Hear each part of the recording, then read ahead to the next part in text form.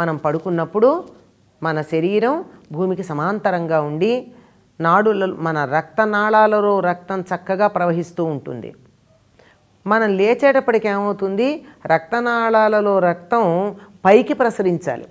సమాంతరంగా ప్రసరించడం తేలిక కానీ ఊర్ధ్వముఖంగా ప్రసరించడం కష్టం కదా.